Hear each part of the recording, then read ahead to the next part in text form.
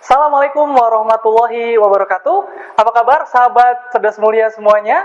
Berjumpa lagi dengan saya Ari Rahmawan, founder Cerdas Mulia Institute. Dan hari ini saya ingin membahas sebuah pertanyaan yang seringkali itu mampir ke inbox email atau ke WhatsApp saya. Banyak pembaca blog saya dan juga beberapa rekan lain yang seringkali bertanya seperti ini. Kak, bagaimana ya caranya kalau gue itu pengen jadi seorang trainer? Kayak lo kak, kayak seorang Ari Rahmawan.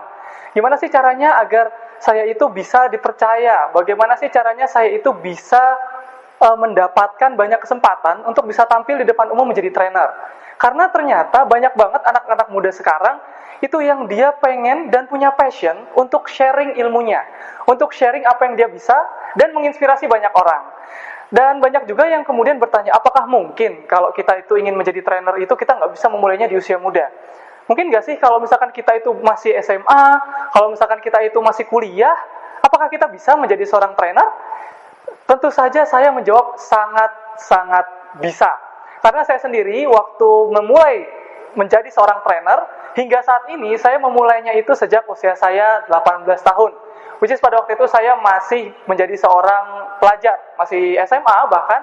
Dan ternyata bisa ketika kita ingin memulai menjadi seorang trainer pada waktu kita masih sekolah. Namun tentu saja kita perlu tahu bagaimana cara-caranya. Dan pada kesempatan kali ini insya Allah saya akan berbagi caranya kepada sahabat-sahabat semuanya yang ingin menjadi seorang trainer, yang ingin bisa menjadi seorang yang menginspirasi, yang ingin bisa menjadi seorang yang terfasilitasi untuk bisa berbagi ke banyak orang, sehingga nantinya dia bisa menjadi seperti layaknya seorang trainer. Dan seperti yang kamu lihat di depan, saya sudah membuat sebuah bagan yang akan saya ceritakan pada kesempatan kali ini. Bagaimana sih caranya untuk menjadi seorang trainer? Judulnya ya, How to Become a Trainer. Bagaimana sih kita memulai pertama kali untuk menjadi seorang trainer? Insya Allah hari ini mudah-mudahan bermanfaat buat teman-teman yang ingin banget bisa menginspirasi banyak orang untuk lebih baik lagi hidup mereka dengan cara menjadi seorang trainer. So, di sini ada dua kotak, sahabat semuanya, ya. Ada dua kotak besar, yang sebelah kiri saya dan yang sebelah kanan. Nantinya, untuk kita memulai menjadi seorang trainer itu setidaknya kita harus memperhatikan dua hal besar, dua prinsip utama, yang sebelah kiri dan yang sebelah kanan. Dan saya akan langsung mulai buka saja apa prinsip utama atau prinsip pertama yang harus kita perhatikan sebelum kita ingin menjadi seorang trainer.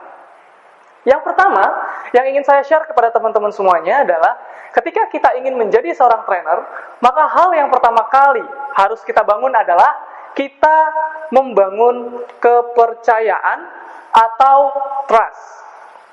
Yang harus kita kembangkan pertama kali untuk menjadi seorang trainer, yaitu adalah membangun trust atau kepercayaan orang. Bagaimana caranya agar ketika kita mengatakan sesuatu, orang itu percaya dengan apa yang kita katakan. Orang itu mau mengikuti apa saran yang kita berikan. Nah, ini yang kemudian paling sering banyak anak-anak muda itu nggak yakin apakah dia bisa menjadi trainer atau enggak. Karena dia merasa bahwa, kak, gue kan belum expert, gue kan belum ahli, gue kan belum punya banyak pengalaman, tapi gue pengen jadi trainer. Bisa nggak sih? Jawaban saya bisa. Karena untuk menjadi seorang trainer yang dipercaya oleh banyak orang itu ada caranya, ada triknya, ada tips-tipsnya. Dan hari ini saya ingin membagikan 3 tips untuk kalian semuanya, sahabat yang ingin menjadi seorang trainer, bagaimana caranya membangun kepercayaan orang lain sehingga orang itu percaya kepada kita dan mengikuti saran-saran kita sebagai trainer. Udah siap? Oke, kita akan langsung masuk ke hal yang utama, bagaimana caranya seorang trainer pemula atau yang ingin memulai seorang trainer itu membangun kepercayaan. Yang pertama, yang saya lakukan juga dulu pada waktu saya mengawali karir saya sebagai seorang trainer adalah saya melakukan yang namanya research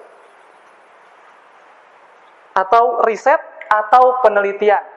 Jadi ini adalah hal paling pertama kali yang paling penting dan harus wajib dilakukan oleh setiap trainer manapun. Apa yang dimaksud dengan riset? Riset itu maksudnya adalah pertama, kita memilih topik apa yang ingin kita dalami dan ingin kita jadikan keahlian kita sebagai seorang trainer. Jadi hal khusus apa atau topik khusus apa yang ingin kita dalami sebagai seorang trainer, kemudian kita research sebanyak-banyaknya di bidang tersebut. Contoh, misalnya ketika saya ingin menjadi seorang yang dia fokus mendalami ilmu kewirausahaan atau entrepreneurship, maka yang harus saya awali untuk menjadi seorang trainer adalah saya research sebanyak-banyaknya tentang entrepreneurship. Saya mengikuti berbagai macam seminar, saya membaca banyak sekali buku, saya juga mencoba untuk banyak sekali melihat blog-blog atau tulisan-tulisan dari para expert di bidang entrepreneurship, di mana saya harus belajar dan juga menjadi orang yang paham betul di bidang itu.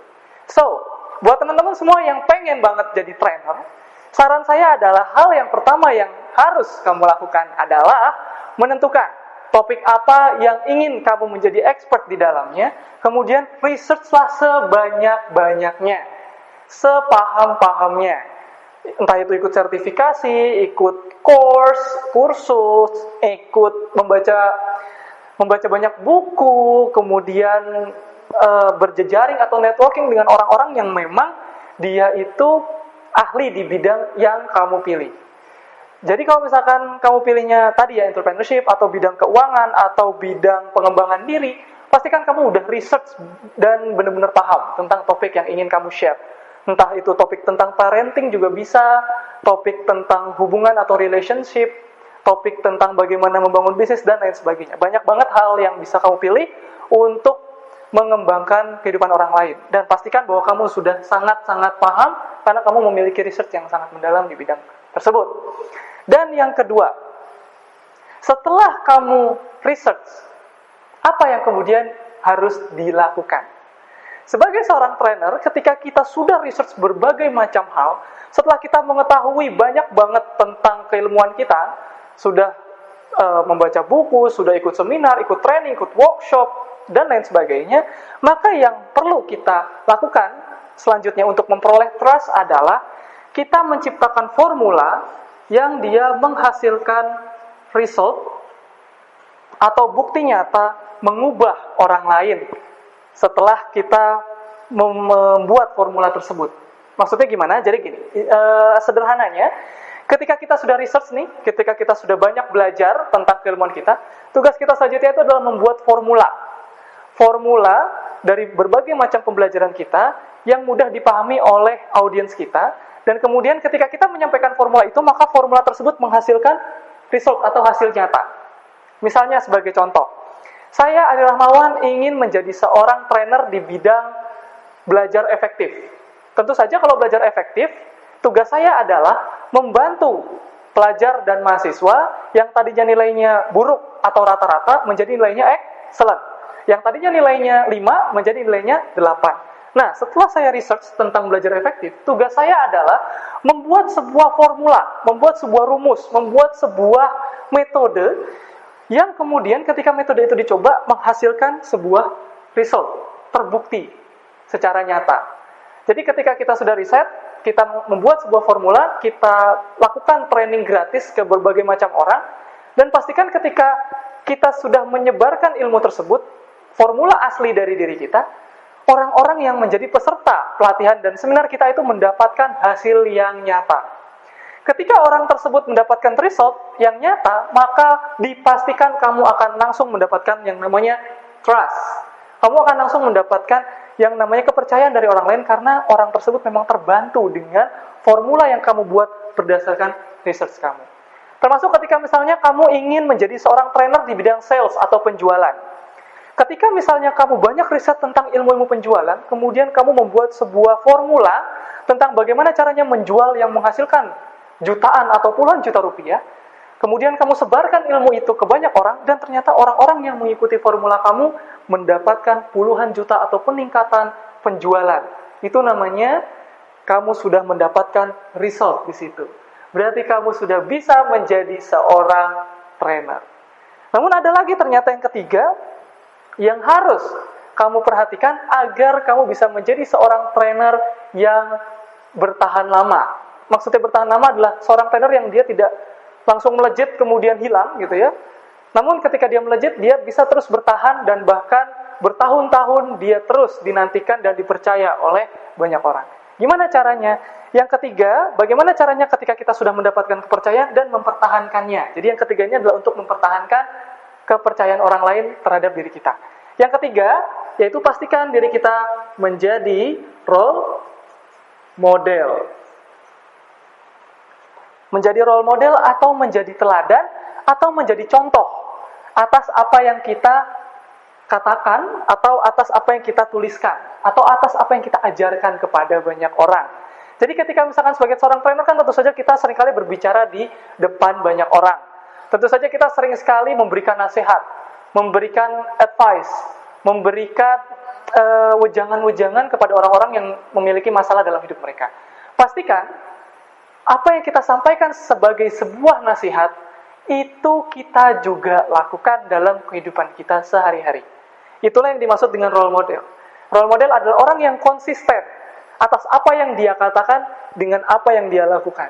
Jadi kalau misalnya kamu ingin menjadi seorang trainer yang sudah mendapat kepercayaan dan ingin dipercaya terus-menerus, maka pastikan kamu selalu menjadi role model, yaitu adalah selalu mengintegrasikan antara apa yang kamu katakan dengan apa yang kamu lakukan. Ketika ini terintegrasi, maka kamu bisa menjadi seorang trainer yang bertahan lama dan terus dipercaya oleh banyak orang. Itulah yang ketiga, di mana ketika yang ketiga ini, bagaimana caranya kita bisa membuat diri kita itu konsisten antara apa yang kita katakan dengan apa yang kita lakukan. Ketika kita bisa menjaga konsistensi ini, maka kita tidak hanya dipercaya, tapi kita bisa menjaga kepercayaan banyak orang terhadap diri kita sebagai seorang trainer. Seringkali kelemahan dari seorang trainer yang paling utama itu adalah di bagian role modelnya. Jadi ketika kamu melihat bahwa ada trainer yang seringkali dia melejit kemudian langsung turun dan tidak lagi diketahui keberadaannya, dia seringkali bermasalah di bidang role modelnya. Bukan di bidang research-nya, bukan di bidang results-nya, namun banyak orang yang kemudian melihat dia tidak konsisten terhadap apa yang dia katakan dan apa yang dia lakukan. Sehingga orang-orang pun menjadi tidak nyaman lagi dan tidak lagi percaya dengan trainer tersebut. Jadi pastikan di bagian yang trust ini, kamu sudah melakukan 3 hal ini. Yang pertama adalah research sedalam-dalamnya tentang topik yang ingin kamu bawakan. Kemudian menghasilkan sebuah formula yang membuat orang itu mendapatkan result yang mereka inginkan atau hasil yang mereka inginkan. Dan yang ketiga adalah menjadi role model atas apa yang kita ajarkan. Jadi pastikan kita itu mengajarkan sesuatu yang kita juga melakukannya. Itu adalah sebuah cara yang sangat efektif buat saya pribadi. Dan menurut saya ini adalah sampai kapanpun akan terus berlangsung dan akan terus berlaku cara-cara ini. Jadi sahabat tidak perlu khawatir apakah cara ini tidak berlaku lagi sekarang. Ini masih sangat relevan. Ya, jadi kalau Anda mau jadi trainer, kamu pengen jadi trainer, pastikan di bagian awal untuk mencapai trust, berapapun usia kamu, asal research, result, dan role model ini kamu capai, kamu bisa menjadi seorang trainer yang dipercaya. Dan selanjutnya, ketika kita sudah mendapatkan trust ini, maka ada misi lain yang harus kita lakukan, yang harus kita perhatikan. Selain trust, yang harus kita lakukan adalah seorang trainer juga harus memperhatikan impact atau dampak atau manfaat yang dia berikan kepada banyak orang. Jadi kita nggak cukup hanya dengan mendapatkan trust dan mempertahankan trust atau kepercayaan dari orang lain. Tapi sebagai seorang trainer kita berkewajiban untuk selalu membuat impact yang besar kepada banyak orang. Impact itu juga selain untuk kita ibadah ya, alhamdulillah kalau misalkan kerjaan jadi trainer tuh enak karena pekerjaannya itu kan membimbing orang lain, memperbaiki orang lain, tentu saja itu ada nilai ibadah tersendiri. Namun selain itu tentu saja dengan kita semakin banyak memiliki impact, kita akan semakin banyak dikenal, semakin banyak orang yang percaya, dan akan semakin banyak orang yang mengontak kita untuk memberikan pelatihan di institusi mereka. So, bagaimana caranya kita meningkatkan impact kita sebagai seorang trainer, apalagi trainer pemula? Kak, kalau saya kan trainernya masih pemula, masih awal. Gimana caranya agar saya bisa mendapatkan banyak tawaran untuk memberikan training di berbagai macam organisasi atau institusi? Tentu saja memang ini tidak bisa langsung karena butuh proses. Tidak bisa serta-merta ketika kita sudah dipercaya, namun kemudian kita pengen langsung di hire atau diundang menjadi pembicara. Ada proses-proses lain yang perlu kita lakukan, yaitu adalah dengan meningkatkan impact kita. Kalau semakin tinggi impact-nya, semakin sering kita dipanggil atau diundang atau diminta untuk berbicara, dan menginspirasi orang lain. So, bagaimana caranya kita meningkatkan impact kita? Yang pertama adalah, yang perlu kita lakukan, berikan yang namanya value. Free value adalah sebuah ilmu yang kita share secara gratis, dan itu bermanfaat sekali untuk banyak orang, yang kemudian itu bisa membuat mereka itu berubah atau menjadi lebih baik lagi sesuai dengan topik yang kita pilih untuk kita kuasai. Bagaimana caranya kita membuat free value ini? Cara paling mudah yang saya lakukan dulu ketika saya sudah mendapatkan trust, yang paling mudah adalah saya memulai untuk blogging, memulai untuk ngeblog, memulai untuk menulis setiap hari tentang topik-topik yang saya kuasai.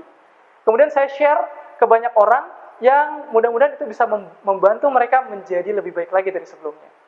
Dan sekarang yang kamu lakukan, yang kamu lihat sekarang ini, yang sedang saya lakukan, itu adalah salah satu bentuk saya memberikan sebuah free value kepada sahabat semuanya. Dan pastikan bahwa free value itu benar-benar bermanfaat, bukan berisikan jualan, bukan berisikan promosi, tapi benar-benar sebuah ilmu yang bermanfaat. Ketika orang-orang itu mendapatkan manfaat dari kita, maka mereka akan percaya dan akan sangat mungkin untuk mengundang kita memberikan pelatihan di institusi mereka. Oleh karena itu, pastikan dengan free value yang kita berikan, itu juga sekaligus menunjukkan kapasitas kita. Jadi tunjukkanlah expertise kamu dengan membuat free value yang bisa orang lain cerna, yang bisa orang lain pelajari dengan gratis. Di blog saya, arirahmawan.net, selain saya suka sekali sharing dalam bentuk tulisan dan artikel, saya juga sering membuat e-book yang bisa di-download secara gratis. Kamu bisa lihat di blog saya, arirahmawan.net, kamu bisa download sebuah e-book yang namanya Simply Produktif. Itu adalah sebuah e-book yang saya buat bersama istri saya, sekitar 60 halaman, yang mendorong seseorang untuk bisa hidup lebih produktif lagi dari sebelumnya. Jadi banyak free value yang sudah saya berikan, artikel, e-book, online course, dan juga video online seperti ini. Jadi sahabat juga bisa membuatnya sama, buatlah free value yang nantinya bermanfaat buat banyak orang, namun pastikan free value tersebut bukan iklan, bukan promosi, bukan ilmu yang dipenggal, sehingga orang itu menjadi kesel ketika dia mendapatkan free value kita. Karena saya sering kali kesel dengan trainer yang dia memberikan ilmu tapi setengah-setengah, di mana misalkan, oke, saya akan memberikan ilmu sebagai seorang trainer. Bagaimana caranya seorang trainer? Ada 5 caranya. Yang dikasih tahu cuma 2, yang 3-nya saya harus ikut seminarnya dia. Nah, itu saya kesel banget ya. Jadi, di kesempatan kali ini saya tidak ada yang saya tutup-tutupi, semuanya saya kasih ke sahabat semuanya free, gratis. Nggak ada yang saya potong ya. Kemudian, impact yang kedua. Bagaimana caranya agar kemudian setelah kita membuat free value, kita juga kemudian meningkatkan value kita sebagai seorang trainer.